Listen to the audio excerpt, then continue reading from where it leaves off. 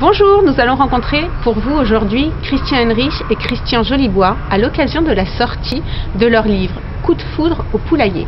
Ils nous parlent de leur collaboration dans l'écriture de cette fameuse série Les Petites Poules, parue chez Pocket Jeunesse. Alors c'est parti, on y va. Bonjour Christian Jolibois. Bonjour. Bonjour Christian Henrich. Bonjour. Vous êtes l'auteur et l'illustrateur des Aventures des Petites Poules. Qui inspire l'autre pour créer ces histoires? À qui le tour? Ça se passe pas comme ça. On est tous les deux des papas. Et c'est pour ça que c'est un couple étonnant, et le résultat est étonnant aussi. On est vraiment à deux à inventer l'histoire. Alors c'est vrai qu'après, il y en a un qui écrit et l'autre qui dessine, mais au moment de l'invention, de la création, on est vraiment tous les deux. Et on peut partir sur un sujet en disant cette année c'est le château de Versailles, il faut absolument qu'on parle du château de Versailles, et en fait on se retrouve à des milliers de kilomètres du château de Versailles parce que la conversation ou le travail nous a amené vraiment à des lieux du château de Versailles. Eh bien, vous voulez que je réponde aussi? Je vais le faire. Voilà. Mais je crois que d'abord avec Christian, on a un rapport de comme deux scénaristes et non pas comme un auteur et un illustrateur, ce qui serait traditionnellement la convention, quoi. Un auteur qui domine d'abord par ses mots et un illustrateur qui trouve sa place au fond parmi ces mots-là.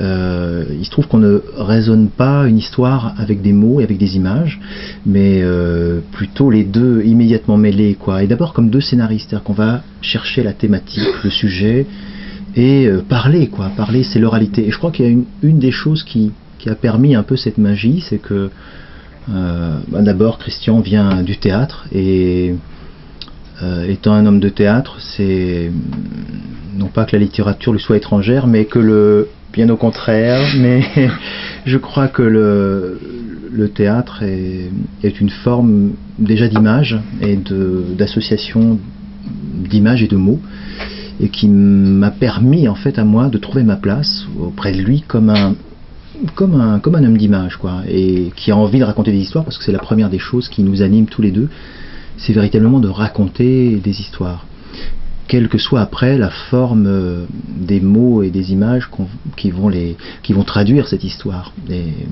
voilà, donc je crois que la magie, elle tient à ça, c'est que je suis d'abord un illustrateur et que Christian est d'abord un homme de théâtre, et que cette combinaison-là a permis un échange très riche et qui nous a situés tout de suite, tous les deux, comme des raconteurs d'histoires. Parlez-nous de vos personnages. Qui sont-ils et comment ont-ils pris forme? Oula, bien, je crois que tu peux peut-être raconter l'origine. C'est ce grand monsieur a été un petit bonhomme, et moi aussi, et on a par chance été élevés tous les deux à la campagne. On est vraiment des enfants de la campagne, et il m'a raconté que quand il était petit, il s'occupait des poules. Et moi, je lui ai dit, c'est étonnant parce que je devais m'occuper des poules. Et ça nous a mis en symbiose. Et puis, alors, pourquoi des poules? Après, c'est une très très longue histoire. Mais c'était un personnage, curieusement, qui n'est pas très très répandu en littérature jeunesse. Il y a beaucoup de lapins et beaucoup d'ours, mais les poules, pas beaucoup, à part une star qui est la petite poule aux œufs d'or et la petite poule rousse. Mais donc, le terrain était presque vierge pour faire dire plein de choses à ces petits personnages qui n'ont pas une très bonne réputation dans le livre jeunesse, quoi. Donc c'est une chance, et on a beaucoup utilisé le personnage de la poule. Après, on leur a prêté des caractères qui sont proches du caractère des enfants. Justement, en parlant des poules, donc ce sont plutôt des animaux considérés comme peureux. Donc, comme le dit l'expression populaire, les poules mouillées. Est-ce que vous vouliez faire un pied de nez à l'adage?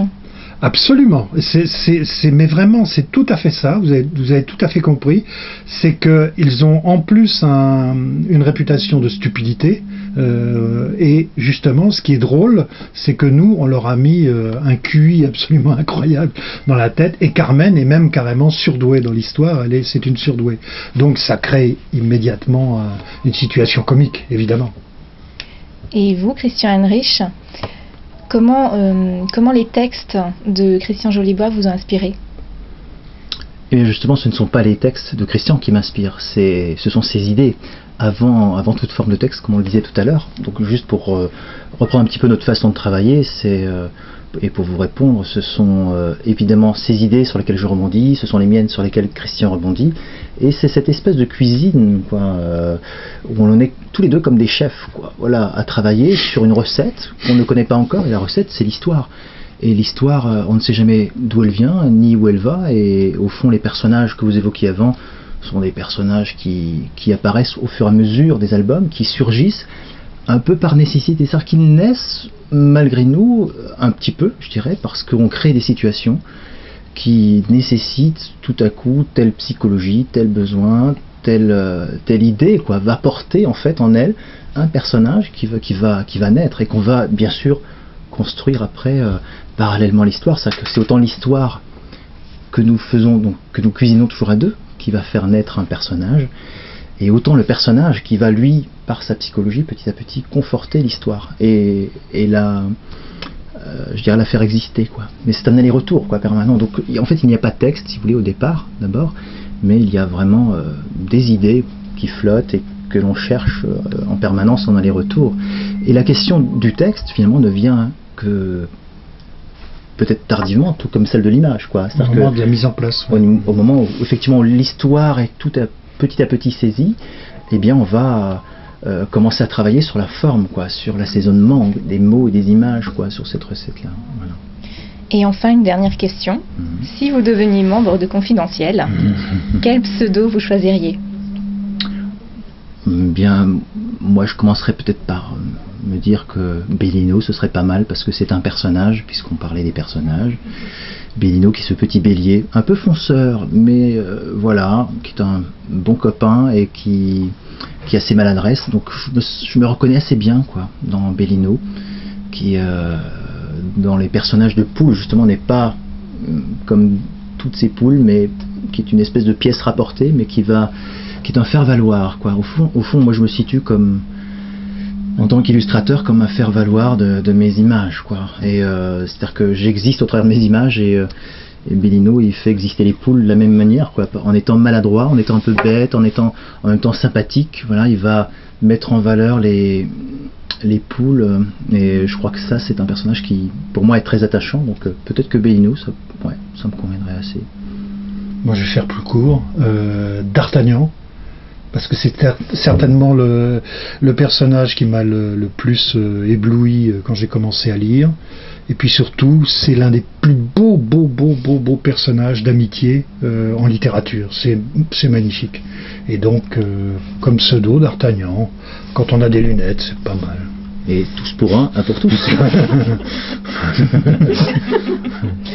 Eh bien, merci beaucoup pour cette interview. Merci. Confidentiel.com, le site réservé aux femmes.